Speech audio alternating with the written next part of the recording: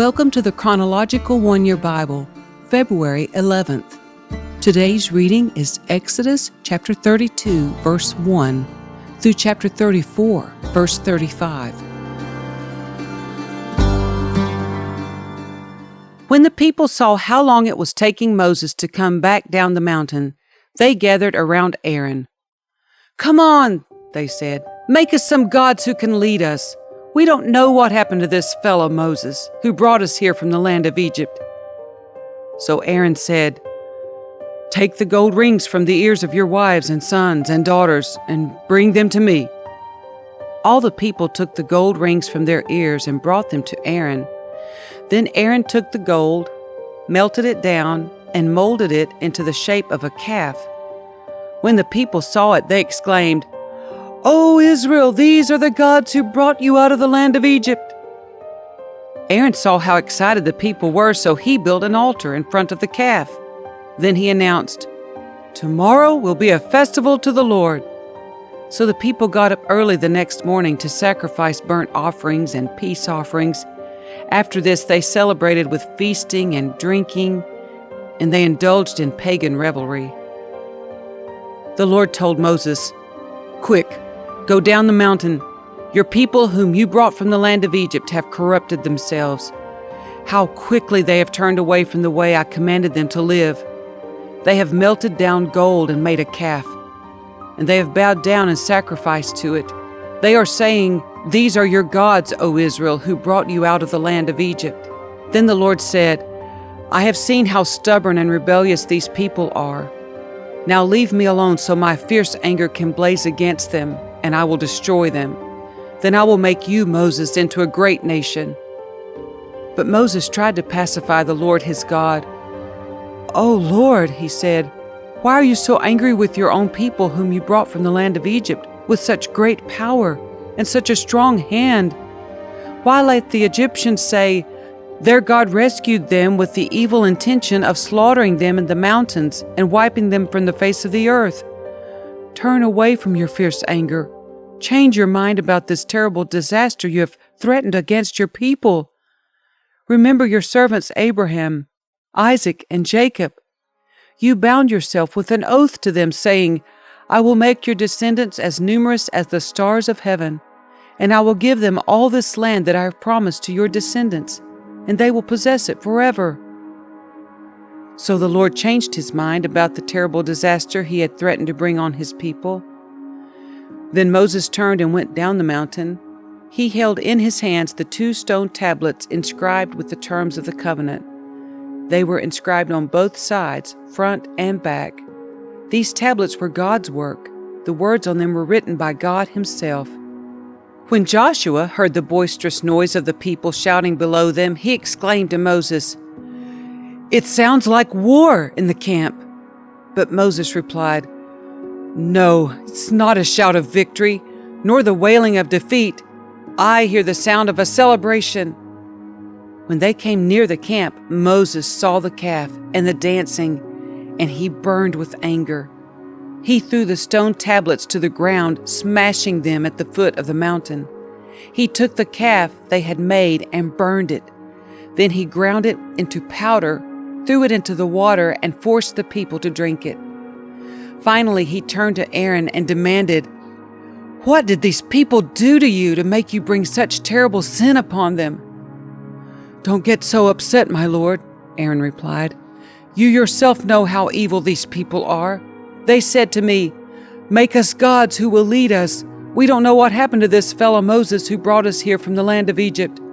So I told them, 'Whoever has gold jewelry, take it off.' When they brought it to me, I threw it into the fire, and out came this calf." Moses saw that Aaron had let the people get completely out of control, much to the amusement of their enemies. So he stood at the entrance to the camp and shouted, "All of you who are on the Lord's side, come here and join me." And all the Levites gathered around him.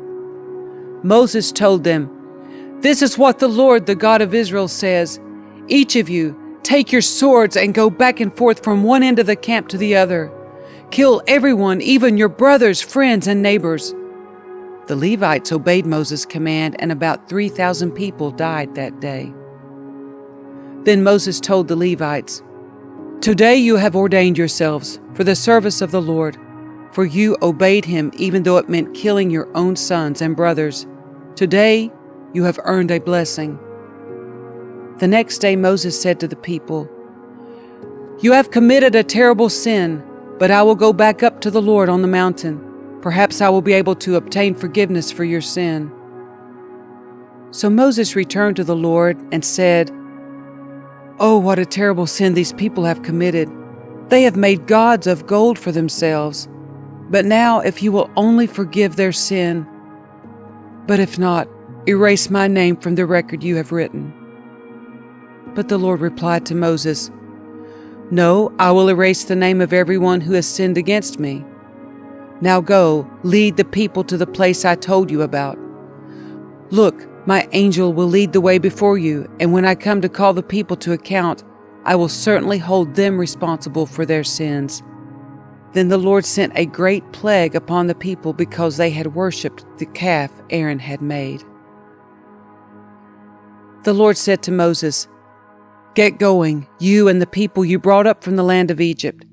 Go up to the land I swore to give to Abraham, Isaac, and Jacob.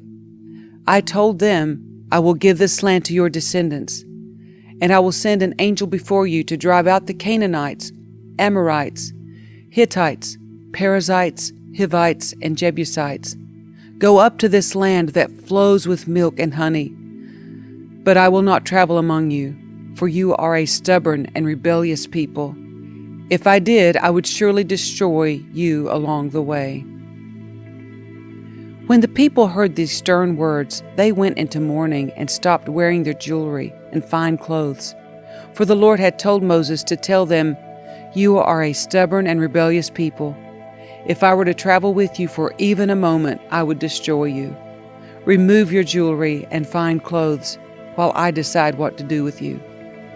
So from the time they left Mount Sinai, the Israelites wore no more jewelry or fine clothes.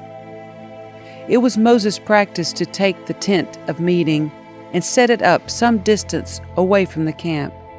Everyone who wanted to make a request of the Lord would go to the tent of meeting outside the camp. Whenever Moses went out to the tent of meeting, all the people would get up and stand in the entrances of their own tents. They would all watch Moses until he disappeared inside. As he went into the tent, the pillar of cloud would come down and hover at its entrance, while the Lord spoke with him. When the people saw the cloud standing at the entrance of the tent, they would stand and bow in front of their own tents. Inside the tent of meeting, the Lord would speak to Moses face to face, as one speaks to a friend. Afterward, Moses would return to the camp. But the young man who assisted him, Joshua, son of Nun, would remain behind in the tent of meeting. One day Moses said to the Lord, "You have been telling me, take these people up to the promised land, but you haven't told me whom you will send with me. You have told me, I know you by name and I look favorably on you.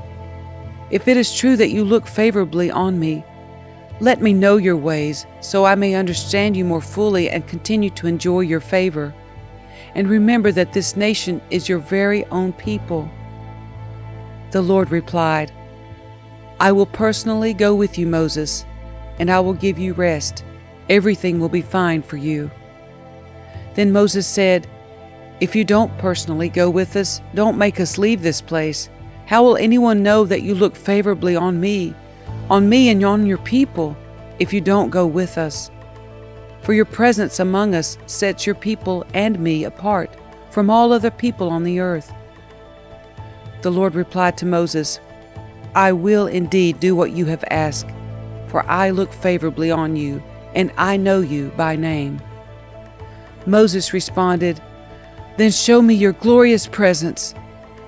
The Lord replied, "I will make all my goodness pass before you, and I will call out my name Yahweh before you. For I will show mercy to anyone I choose, and I will show compassion to anyone I choose. But you may not look directly at my face, for no one may see me and live." The Lord continued, "Look, stand near me on this rock.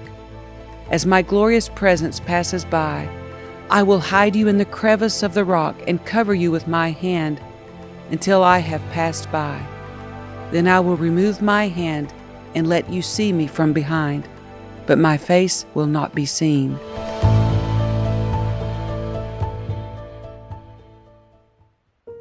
Then the Lord told Moses, "Chisel out 2 stone tablets like the first ones. I will write on them the same words that were on the tablets you smashed. Be ready in the morning to climb up Mount Sinai and present yourself to me on the top of the mountain. No one else may come with you.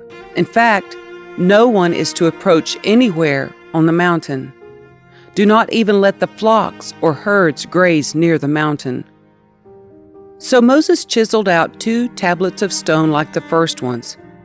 Early in the morning he climbed Mount Sinai, as the Lord had commanded him, and he carried the 2 stone tablets in his hands. Then the Lord came down in a cloud and stood there with him, and he called out his own name, Yahweh. The Lord passed in front of Moses, calling out, "Yahweh, the Lord, the God of compassion and mercy. I am slow to anger and filled with unfailing love and faithfulness. I lavish unfailing love to 1,000 generations. I forgive iniquity, rebellion, and sin, but I do not excuse the guilty. I lay the sins of the parents upon their children and grandchildren. The entire family is affected, even children in the 3rd and 4th generations." Moses immediately threw himself to the ground and worshipped. And he said, "O Lord, if it is true that I have found favor with you, then please travel with us. Yes, this is a stubborn and rebellious people, but please forgive our iniquity and our sins. Claim us as your own special possession."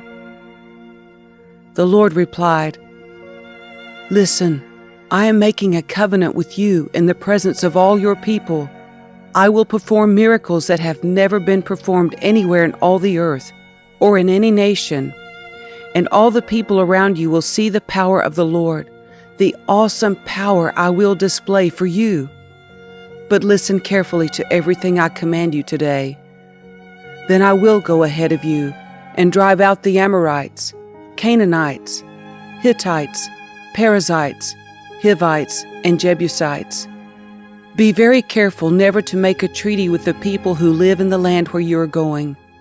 If you do, you will follow their evil ways and be trapped. Instead, you must break down their pagan altars, smash their sacred pillars, and cut down their Asherah poles. You must worship no other gods, for the Lord, whose very name is jealous, is a God who is jealous about his relationship with you. You must not make a treaty of any kind with the people living in the land. They lust after their gods, offering sacrifices to them. They will invite you to join them in their sacrificial meals, and you will go with them. Then you will accept their daughters who sacrifice to other gods as wives for your sons, and they will seduce your sons to commit adultery against me by worshiping other gods. You must not make any gods of molten metal for yourselves. You must celebrate the festival of unleavened bread. For 7 days the bread you eat must be made without yeast, just as I commanded you. Celebrate this festival annually at the appointed time in early spring, in the month of Abib, for that is the anniversary of your departure from Egypt. The firstborn of every animal belongs to me, including the firstborn males from among your herds of cattle and your flocks of sheep and goats. A firstborn donkey may be bought back from the Lord by presenting a lamb or young goat in its place. But if you do not buy it back, you must break its neck. However, you must buy back every firstborn son. No one may appear before me without an offering. You have 6 days each week for your ordinary work, but on the 7th day you must stop working, even during the seasons of plowing and harvest. You must celebrate the festival of harvest with the first crop of the wheat harvest, and celebrate the festival of the final harvest at the end of the harvest season. 3 times each year, every man in Israel must appear before the Sovereign, the Lord, the God of Israel. I will drive out the other nations ahead of you and expand your territory, so no one will covet and conquer your land while you appear before the Lord your God 3 times each year. You must not offer the blood of my sacrificial offerings together with any baked goods containing yeast, and none of the meat of the Passover sacrifice may be kept over until the next morning. As you harvest your crops, bring the very best of the first harvest to the house of the Lord your God. You must not cook a young goat in its mother's milk. Then the Lord said to Moses, "Write down all these instructions, for they represent the terms of the covenant I am making with you and with Israel." Moses remained there on the mountain with the Lord 40 days and 40 nights. In all that time he ate no bread and drank no water, and the Lord wrote the terms of the covenant, the 10 commandments, on the stone tablets. When Moses came down Mount Sinai, carrying the 2 stone tablets inscribed with the terms of the covenant, he wasn't aware that his face had become radiant because he had spoken to the Lord. So when Aaron and the people of Israel saw the radiance of Moses' face, they were afraid to come near him. But Moses called out to them and asked Aaron and all the leaders of the community to come over, and he talked with them. Then all the people of Israel approached him, and Moses gave them all the instructions the Lord had given him on Mount Sinai. When Moses finished speaking with them, he covered his face with a veil. But whenever he went into the tent of meeting to speak with the Lord, he would remove the veil until he came out again. Then he would give the people whatever instructions the Lord had given him, and the people of Israel would see the radiant glow of his face. So he would put the veil over his face until he returned to speak with the Lord.